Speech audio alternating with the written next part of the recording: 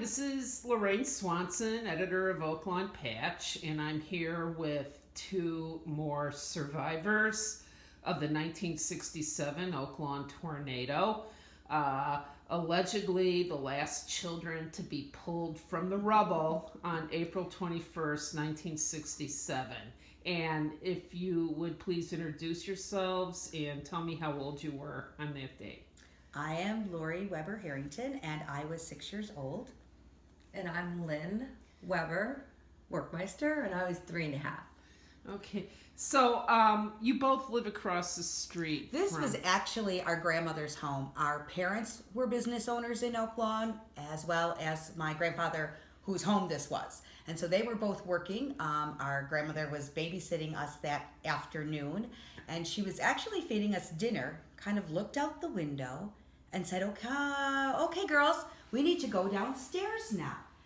Just as she was taking us downstairs, she tried to shut the door. The door blew open, cut her leg, but she managed to get my sister and I downstairs safely. And tell me, what did you hear? What was going on?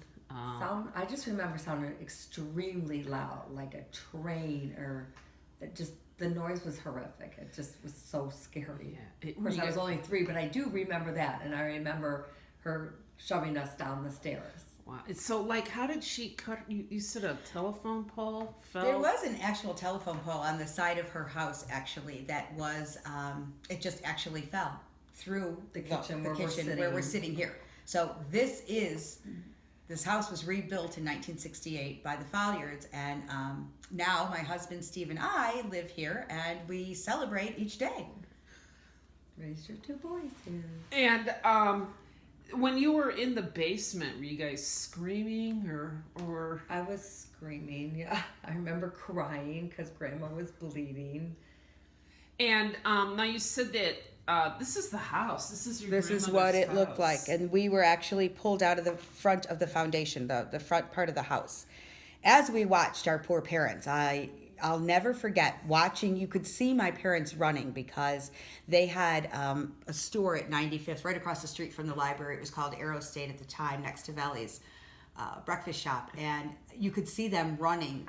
But, of course, we had no idea how bad it must have looked to them. The horror on their faces. I watched my mom fall and my dad actually pick her up.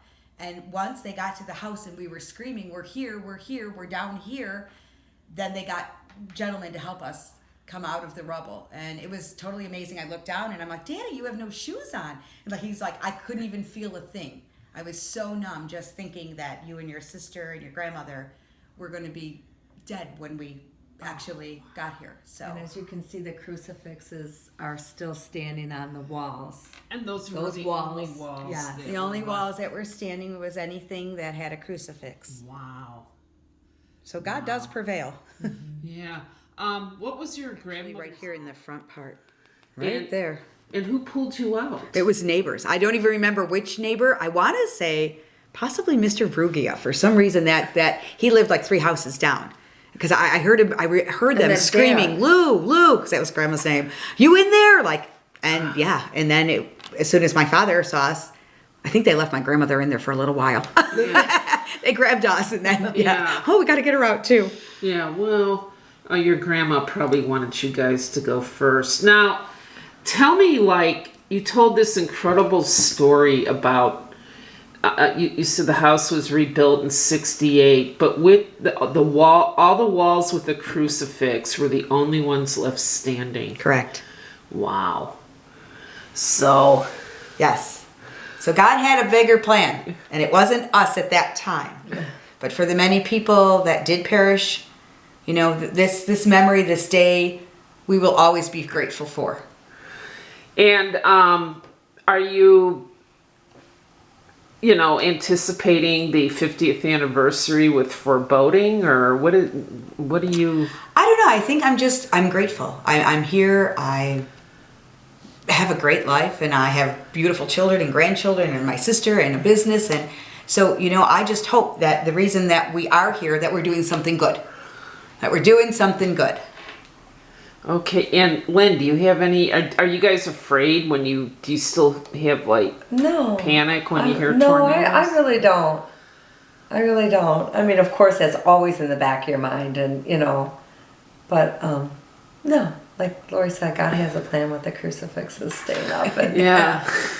Okay. Well, thank you very much, and I'm glad that so many stories from that day. Very, very stories of tragedy and triumph. So, thank you very much. Thank you very much. It was our pleasure. Thank you.